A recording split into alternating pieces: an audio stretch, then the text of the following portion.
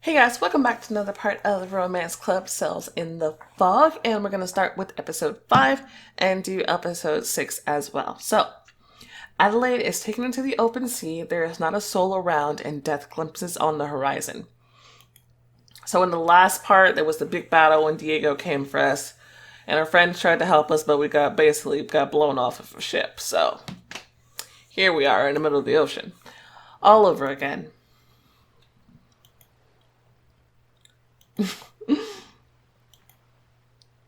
Where am I? How did I end up here? I'm remembering something. The vivid colors of the fight were popping up in the girl's head. How she escaped marrying Diego, the shot aimed at Jackie, the fight between Sebastian and Diego. Can this be the end of my story? The girl looked around. Nothing but sea. And wreckage. Have we won at least?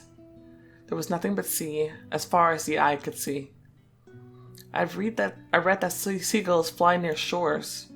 But which way is it? Can you tell me? Dang, she is delirious right now. And what am I to do now?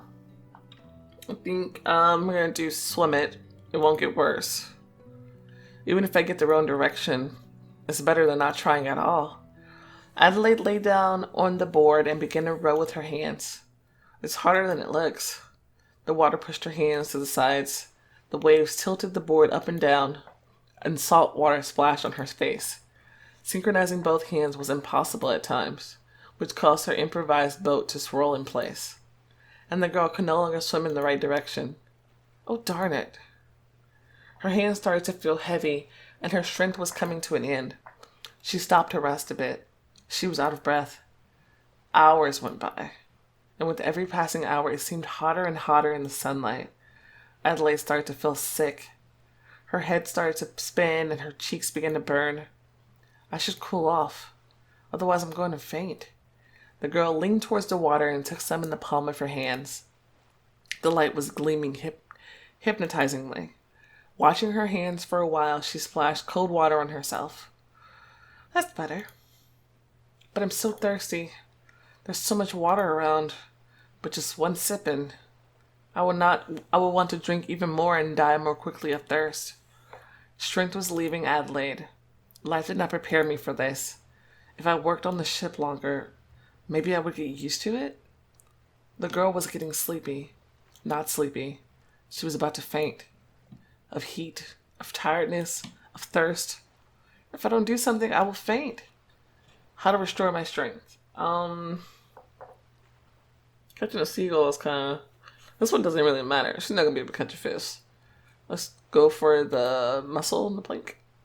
They serve mussels at the restaurants.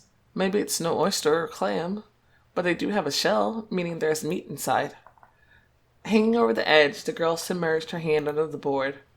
This is not so easy. Lazy waves were buffeting the raft, shaking it up and down, making it impossible to grasp a mussel, and were constantly trying to splash water on the girl's face. Here you are.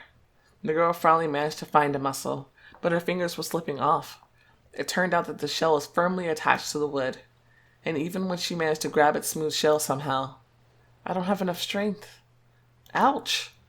Is that blood? In her vain attempts, Adelaide managed to slash open all of her fingers. Tears were building in Adelaide's eyes. This cannot be the end. My story cannot end like this. And shall these be the last hours of my life? Okay, and here's when the magic element starts to come through. And this time we're gonna go straight white magic all the way until we get exactly 50 points.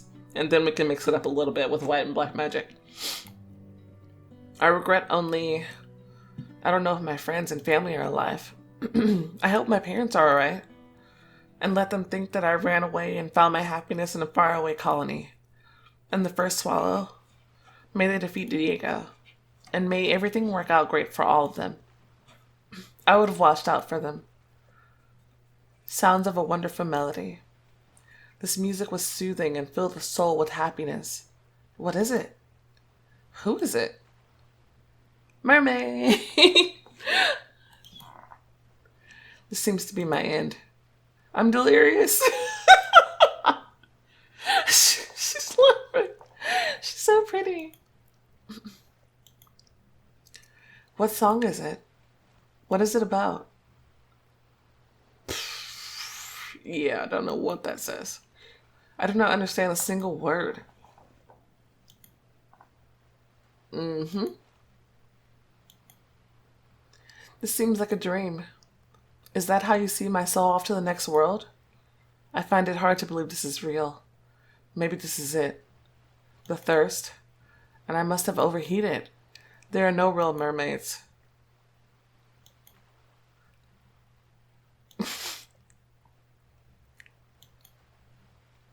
Do we understand each other at all? I think you can understand me, but I can't make out a single word that you're saying. Ooh, people. I think the sound comes from that direction.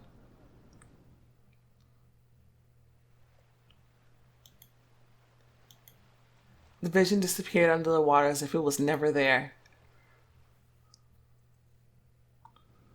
I do not see anything. Wait. Man overboard. Looks like it was the girl that girl singing. We'll pull her out immediately. Adelaide came to her senses on the deck of an unknown ship, with almost no strength. Who are you? Where? Welcome aboard the proud Katie White. Oh, where are my manners? Actually, I thought I think his ship is named something different later. Anyway. Okay, I'm sorry, I was writing that down for the wiki, sorry. Oh, where are my manners? Fresh water to the poor thing. Here, here. A ladle full of cool water appeared in the girl's hands. Thank you. The girl started to drink greedily. Never has water felt this good. Careful, you have no self-restraint because of the thirst. And you could hurt yourself. Very true.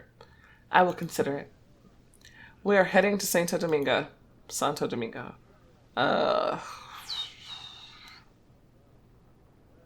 Home to Don Diego and his wife, the beautiful Adelaide.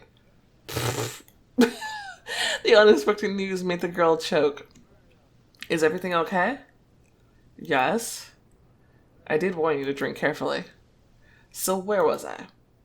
I asked for her hand too. Her partners apparently chose someone nobler. Okay.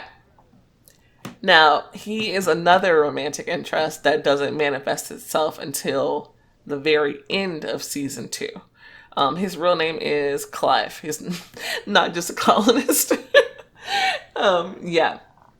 So he becomes important as well. The hero of the country and captain of a flotilla. No pirates are a threat to us under his protection. We need to show respect to the new lord of these lands. How did you end up at sea? What happened to you? Where are you from? And how did you crash? I pretend to be the governor. I'm not entirely certain what this means exactly, but you corresponded with my father? Your father? Yes, the governor of the colony. So what if I did? Take any of your letters and compare the seal stamp with this one. You pulled out family ring. Adelaide raises her hand, revealing the family ring. Diego de Ochoa attacked me, and he tried to marry me forcefully, but he did not get anything. It is possible that his soldiers are holding hostage and threatening my parents as we speak. They're the only official authorities in Santo Domingo. Therefore, I declare myself the only governor of these waters and lands, and as the only heir, I am forced to take your ship under my command. Nonsense. I will not give my ship to anyone. I do not need your ship. I need you to be under my command and follow my orders. But I'm afraid you have no choice. Or do you want to be accused of restraining an important figure? Certainly not. It's just... Are you uncomfortable with my age or sex? Yes. Say goodbye to your doubts. Trust me, I have nothing but good intentions. And you know, the ones that seek justice are always fairly rewarded in the end. Yes, Your Majesty.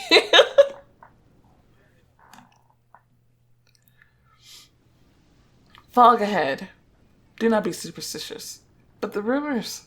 Living dead. It's all nonsense. Sailing to Santo Domingo. You're completely soaked. Let me offer you a change of dress.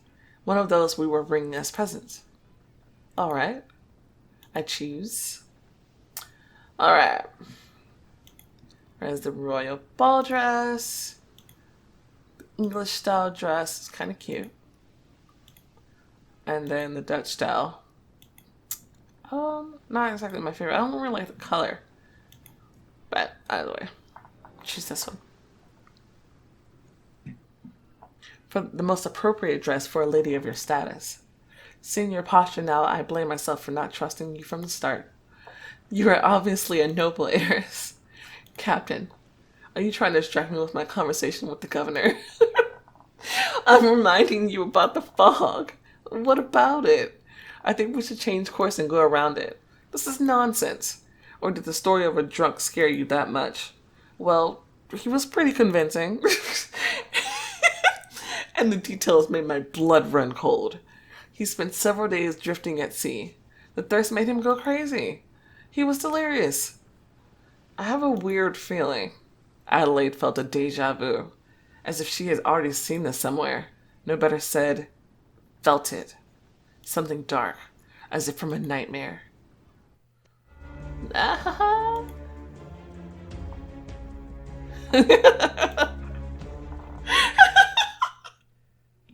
Sorry. Oh no. It was no dream. Captain.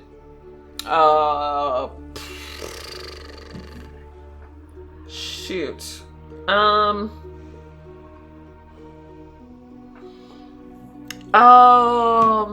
think we're gonna order them to fight. Yeah, order the crew to prepare for the fight. With all due respect, against whom? I don't see anything. Just trust me. Something terrible is coming, and we have to be prepared. As you say, Your Majesty. Listen to my command. Everyone, get armed. We might engage in a fight. Everyone, stay alert. Senora, I have to warn you from the start that we are a commercial ship and do not have cannons. Ho ho ho! Captain, there is a ship off the port bow. It's hard to understand how it has not sunk already. It's full of holes and lacks a pair of... Oh goodness. The ship half falling apart, blasted with all its cannons. Cannonballs, bundled together by chains, flew over the crew's heads. Swirling in mid-flight and making a wild howl, they were destroying tackles, sails, and masts. They're leaving us with no speed and no mobility. Mobility, I think I said mobility. Whatever. Moan. They're crawling from the water directly on board. We are not free. So let no one be free. Send them all to the bottom of the sea. Let them be one of us. One of us. Oh gosh, this is like the dark version of like my crew initiation. The crew froze in a daze.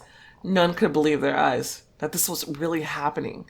Yet the dead were still jumping on board one by one. Captain, what shall we do? Captain! But the captain was silent, standing as if hypnotized by the dead men's march. Listen to my command. Taking off is diplomacy, but I think I need more strength at this point. Okay, yeah. Close ranks. Fight with everything you've got. As soon as you get used to fights. What are you looking at? If we get surrounded, we are as good as dead. There is nowhere to run now. Grab anything you can and throw these walking corpses overboard. Corpses. And a fight started. Oh gosh. First shots were fired. Weapons got stuck in their rotten bodies of the dead. Bullets punched through them, and the dead men continued to fight even with a half a head. But the living were better organized and nimbler. Give me something too. All I have is an axe. It will work. Remembering the recent fight, the girl rushed with fury into the heat of the battle. Soon the whole deck was filled up with dead men incapacitated by lost limbs or being cut in half. Arrgh. Why do you refuse to die? Fire! Cannon started to roar again. This time it was scattershot. The lead balls pierced the wood with a muffled crackling sound and mowed through anyone who was on deck, alive and dead all. We're doomed. We don't even have cannons to respond to their attack. I'm wounded. This cannot be the end. Hope for the best and believe in the miracle. The sea already saved me once. I will stand until the end. Today no one else will die. Adelaide wished for the victory with every cell of her body. What is that? The family ring on the girl's finger started to glow with golden light. It's so warm. Once in a while, the storyline reaches a fork in the road. The path along which the hero will go depends on what knowledge you have accumulated more so far. White or black magic. Oh, I didn't know that this would come. Okay, that's good to know. Sorry. I just know that for the wiki 1 second. Good, okay.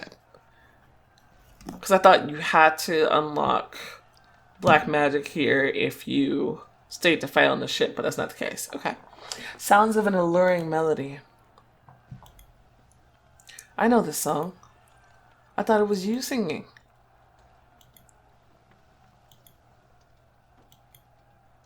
Not able to resist the song of the mermaid, all the dead men froze in place. As if by command, they turned to the right flank of the ship and stared aimlessly into the fog, where a graceful woman's silhouette was barely seen. She's real. Same as the dead. All these stories are true. Attack! This is our chance. Knock this rod off my ship. Our ship will not sail far. You're right. We'll have to abandon it. Launch the boats. Senor? Your Majesty? Senora Adelaide? I don't feel so good. My strength is leaving me. She used too much magic. The captain of the colonists grabbed the girl and carried her towards the boat. Okay, this is why he had a ship named something else. I forgot. This one goes down. Consciousness began to leave Adelaide. And as soon as the boat left, she is mine. An ominous hand appeared right out of the water and grabbed the girl by the edge of her dress and dragged her into the abyss. Adelaide suddenly opened her eyes. Settlers' bodies lay everywhere. Some were still alive, but the dead captain paced steadily among them, finishing them one by one. The settlers that died before suddenly started to move. One of us. Welcome to the crew. I left you for dessert. The deck echoed loudly under his heavy steps. He grabbed her by the throat and pulled her towards him. The girl could smell the stench coming from his salted, decayed face. His fingers suddenly unclenched and the girl fell into the deck. Is it her? What should we do? And then Adelaide's eyes closed and she fell into unconsciousness. The encounters with the undead and drifting at sea exhausted her. Only for a moment, she opened her eyes to feel how she was being dragged by her feet into the hold. Once again, a wave of darkness swallowed her. Oh my gosh. That's such a messed up cliffhanger. It's like, what happened? So we got a lot of points. Now, okay. So with 17 strength and 4 diplomacy. We're moving along pretty good to our 24 that we need. Let's see. We got a 3 in my magic. Okay. We have a long way to go to get to 50. Okay, but we're going to do episode 6, but I'm going to need to get these diamonds real quick, so I'll be back in just a second. Sucker made me watch the whole ad, and then it's like an unexpected error took place. That's messed up. I was gypped. That's okay. I'll do it later. The sea washed up Adelaide on a tropical shore that seems to be an uninhabited island. Alright. That's my last teacup. Gotta wait. See. New shore. I'm alive. But where am I? And I do not remember how I escaped from the undead. And how I ended up here. I was confused as heck. so confused of how she ended up here. Like, what did they mean by, is it her? Honestly, I still don't know. So, I don't know what happened. The shore looked peaceful. Small crabs were mingling around the girl. The ocean waves softly rustled onto the sand, and only numerous fragments of shipwreck reminded her of the recent tragic events. I hope the colonists managed to save themselves. But what was that? The girl raised her hand and started to examine the family ring closely. That warmth. What, was that really a mermaid? And did I talk to it? Adelaide shook her head. I will deal with it later. All there is right now is me and this island. Stories about castaways immediately popped into the girl's mind. Very few people managed to survive on an uninhabited island for more than a week. But those who managed to do it did not stay sane for long. Which reminds me, I've never seen the movie Castaway. I need to watch that. And when they were finally found, they were no longer civilized. Adelaide began to worry about her fate. But a person. Am I seeing mermaids already? It appears I've gone completely crazy in the end. Sorry. Not at all. I think I have. I see lots of things. Sometimes a whole day goes by as I speak to a disembodied spirit. And I should take care of myself at this age and remember to eat. Oh, wreckage washed ashore. I should go see if the sea brought me anything good. Listen, let's be a brat. I demand an explanation. Where am I? What island is this? And who the hell are you? But the old man did not pay any attention to Adelaide and continued to stroll on the shore, turning over pieces of wreckage, grunting. Again, only garbage, nothing good, nothing useful. Anger started to take over the girl. She rushed towards the hermit with long strides, frightening away the creeping crabs. Listen, you. She grabbed him roughly by the sleeve and turned him around. What? His eyes stopped and gazed at Adelaide's hand. He gently took her palm with his wrinkled hands and brought it closer to his eyes. Who are you? Where from? I come from Santo Domingo. My family has been ruling this colony since the dawn of times. I see. For some, the dawn of times. For others... However, it does not matter. Forgive this, old man. Living in the wild, I've already forgotten how to talk to people properly. I did not think that I would see even one more woman. You must be terribly hungry and exhausted. And just now Adelaide realized how drained she was. It started to get dark before her eyes, and her legs started to fail her. Hold on. Do not lose consciousness. Here, eat. Cashews or avocado? Avocado, please. Avocado. This is how the locals call it. Our fellow tribesmen named it Perseus. Just do not eat too much of it. It might upset your stomach. Adelaide gorged herself on the fruit, which tasted more like a vegetable. In recent days, I've experienced many hardships. I do not like that I always have to accept help from strangers.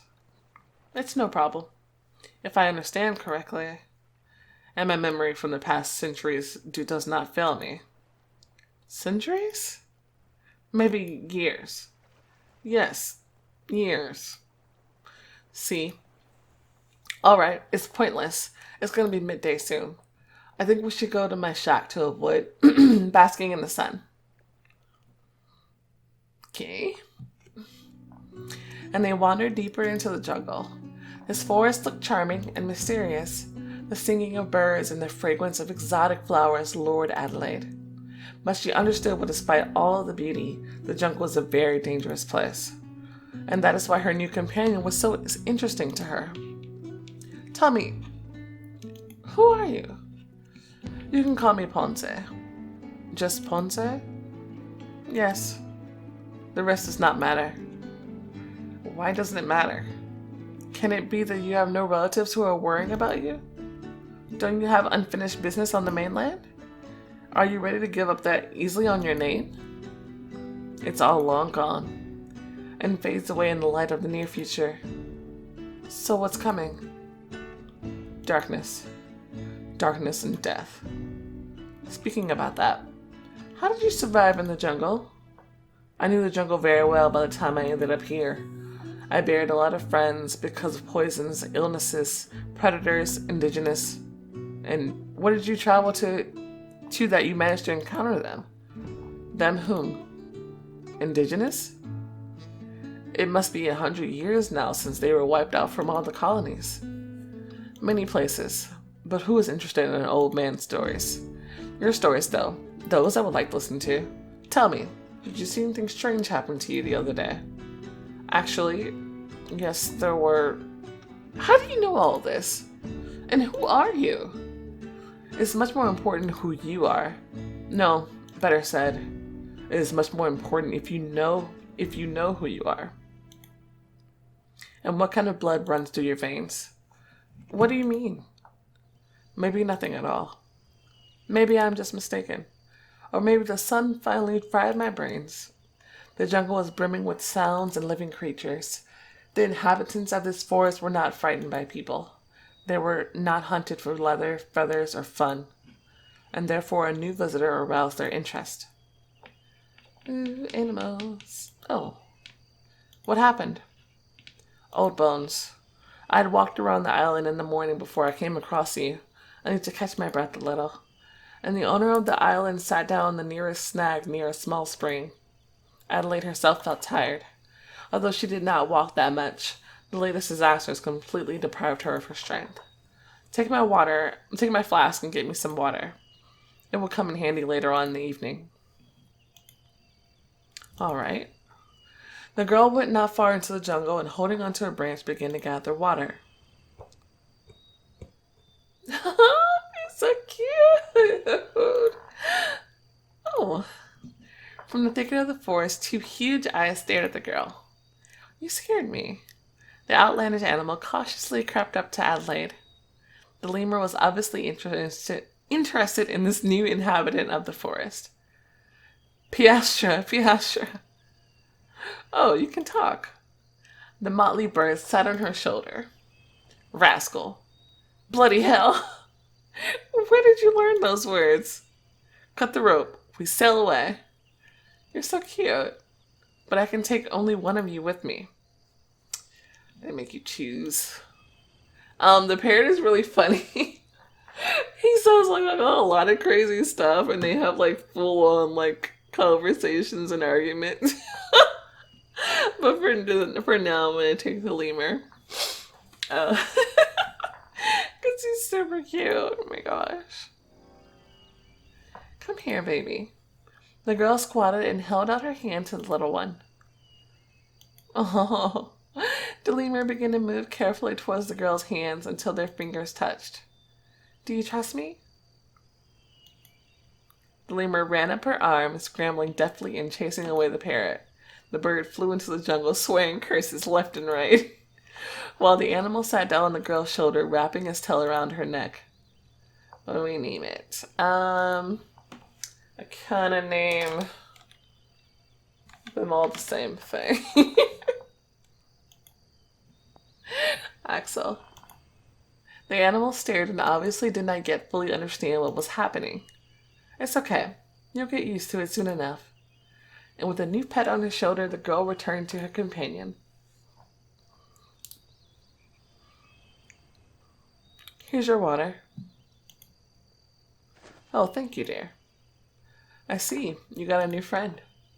Yes, please meet Axel. At first, these divine creatures were all over me as well.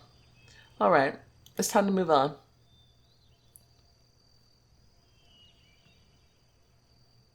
Oh, just click. And here's my home. Welcome. Did you build it yourself?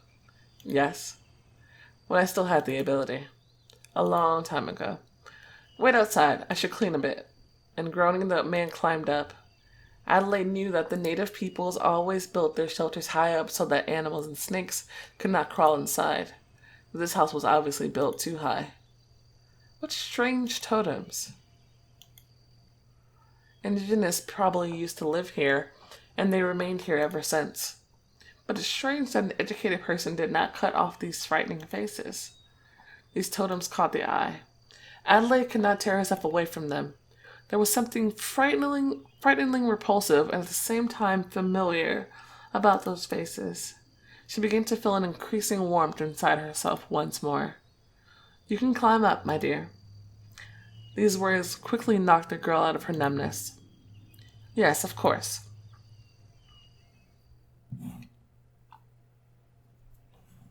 "Wow. Your hut is well decorated for a hermit." "Thank you. These items, they're really old. Their value is not only in their age. This is jewelry. Oh, I can see a sparkle in your eyes. Take some. But let it better decorate the neck of the beautiful Donna, and not the dusty carpet of an old man." Yeah, the precious necklace, royal necklace, and a simple one. Of course, we're going for the royal one.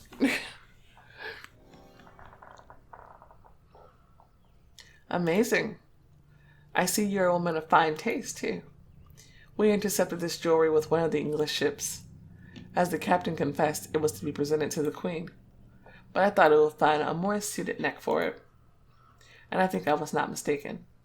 "Thank you so much." "My pleasure. And we have the same armor in our hall. It belonged to our great-great-grandfather." Garcia. His words pulled the ground from beneath Adelaide's feet. "Where from?"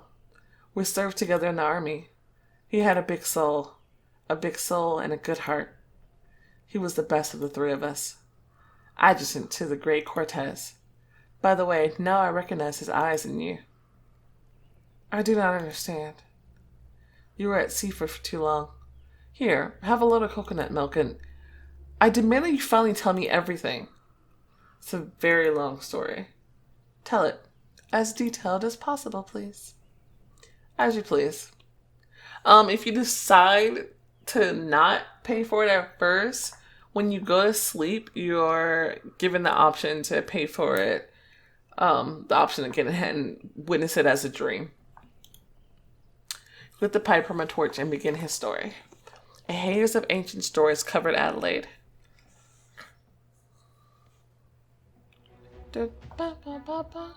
200 years ago. Finally, we're on this cursed island. My lord, I urge you to take more care with your words. This island and this temple are sacred to them. After all, we came to make peace and not aggravate the situation. Do you think these animals will understand what I'm talking about? Do you believe I can talk about his pedigree with such a smile that he deems it a compliment? Alas, but I taught them our language. You have to keep up appearances. I generally consider this whole undertaking completely ridiculous. So this is Ponce in his past. It does not suit the faithful to have any business with pagans. We have no choice. We're running out of men. The entire colony is under threat. Soon we will be chased from these lands. And all because of these darned artifacts. I think you exaggerate the significance of these rumors and superstitions. Then tell me, how? How do they manage to fight us? We have gunpowder and armor, and they have arrows and animal skins. But nevertheless, they win over and over again. That's why I insist on building an alliance so that we can all coexist peacefully in these lands. Yes, of course. Something evil gleamed in Cortez's eyes. Snake. Greetings. Greetings to you, and the sun rejoices to shine on you. I'm glad to see an old friend. I'm glad that the voice of reason prevailed. It is also an honor for me to see you, in person. I wish to make peace. That's wonderful. Let's go to the temple and let the gods witness our alliance. Ponce twitched at the sound of these words. Is something wrong? Your gods. Ponce. Kindly prepare a gift for the leader. A barely perceptible grin flashed across Ponce's face. It will be done.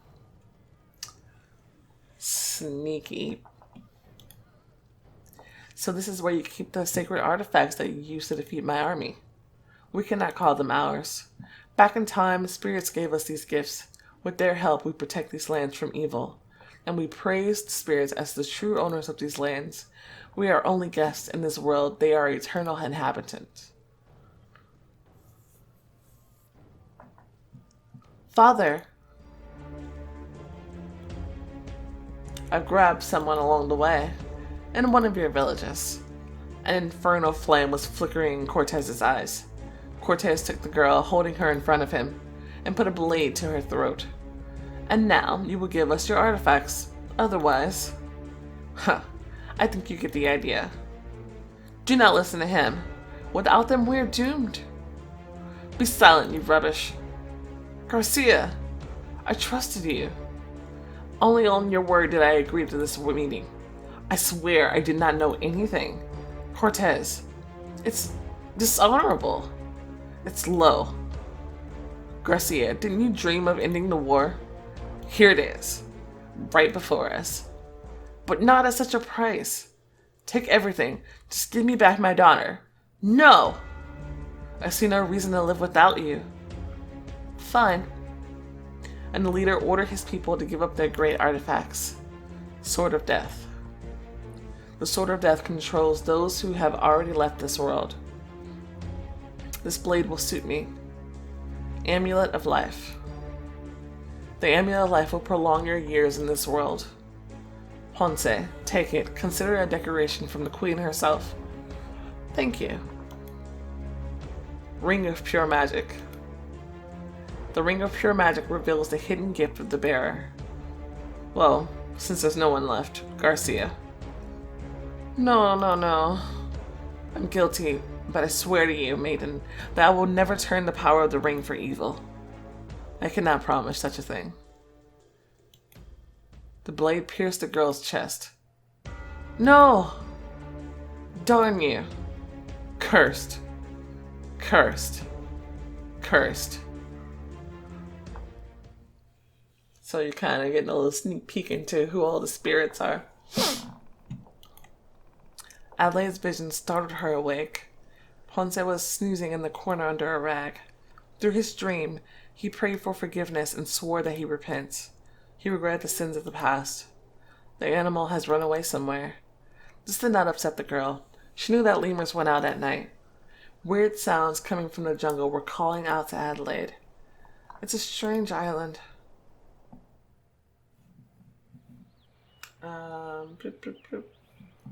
Taking the torch at the axe of the girl went out.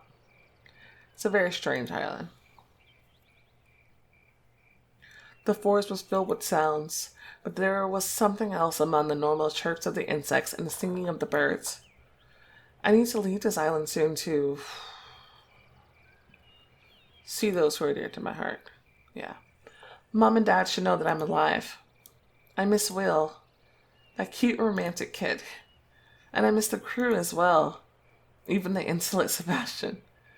At night, the jungle looked quite different. It did not resemble anything Adelaide had seen in her life. It seemed to starting to distinguish these sounds. The sounds were barely discernible, and Adelaide could barely understand what was making them. In one direction, the sounds seemed like the grief-stricken howls of a creature in distress, and the other direction were sounds filled with threat and danger. What should I do? Go to the rescue. Adelaide rushed to the pleading cries of a poor creature. The sounds brought her to the beach. On the very edge of the beach, a poor bird was quivering, and a snake was hovering over it, ready to strike at any time. What should I do? Rush with the torch toward the snake and scare it away. Go away! Disappear! Adelaide waved her burning stick dramatically. She knew that snakes are afraid of fire, and knew that they could not jump far. Of course, there were spitting snakes, but they too cannot strike from a great distance. Why are you rearing up? You cannot get me anyhow. So go away, you slimy asps. The snake hissed, bent, and shook his head from side to side, trying to find the right angle. Stop it. I'll make a belt out of you. The reptile had to retreat, and when the snake disappeared into the bushes, she cautiously approached the bird. Poor thing. dislocated its wing.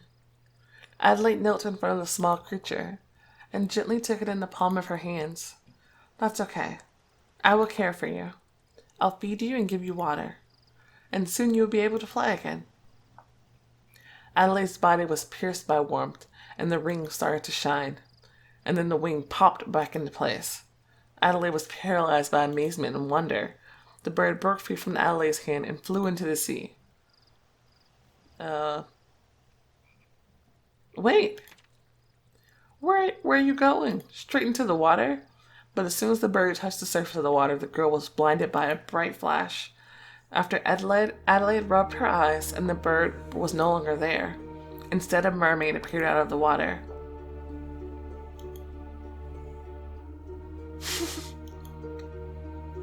And I'm glad that we meet again. Is it a test? It was a test. Is there light in me? I do not understand. The fairy tale creature began to plunge deep into the ocean. Wait, I need to know what's going on.